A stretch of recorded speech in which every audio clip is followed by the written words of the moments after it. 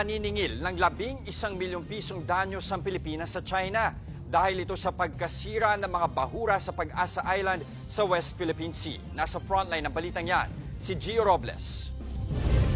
Sa lalim na 9 meters o katumbas ng 3 palapag na gusali, nadiskubre ng diving team mula sa Palawan Council for Sustainable Development ang tila-tela na nakapulupot sa mga bahura malapit sa Pag-asa Island. Ayon sa PCSD, canopy yan ng parachute-style anchor o angkla na iniwan ng isang Chinese maritime militia vessel matapos mapadpad sa isla sa kasagsagan ng masamang panahon noong June 7. Ang canopy ay ang parang malaking payong na siyang pinakamalaking parte ng parachute anchor. Kapag inihagis ito sa dagat, bumubuka ito para sumalo ng tubig.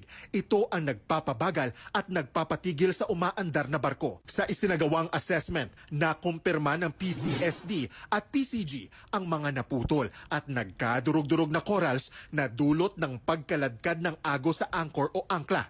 Nasa 30% o higit 464 square meters ang lawak ng pinsala sa mga bahura. Balak ngayon ng PCSD at PCG na pagbayari ng higit 11 million pesos na danyos sa environmental damage ang China.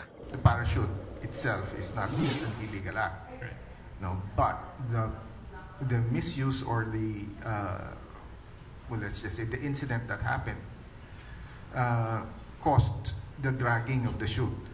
No, so and it's still causing damage up to now. Ayon pa sa PCG, posibleng ginamit ng Chinese vessel ang parachute-style anchor para hindi tuluyang anurin ng malakas na alon nang masiraan ito ng makina. Problema pa ngayon dahil hindi pa naaalis ang angkla at parachute canopy dahil sa laki nito. Kaya nangangamba ang PCSD na madadagdagan pa ang pinsala sa mga bahura. The anchor parachute will continue to cover the corals, denying access to sunlight, of which without sunlight, the coral reef will die. We tried to remove po yung parachute, pero it seems that a 6-man team of divers cannot do that without equipment. Wala pang pahayag dyan ang China. Nagbabalita mula sa frontline, Gio Robles, News 5.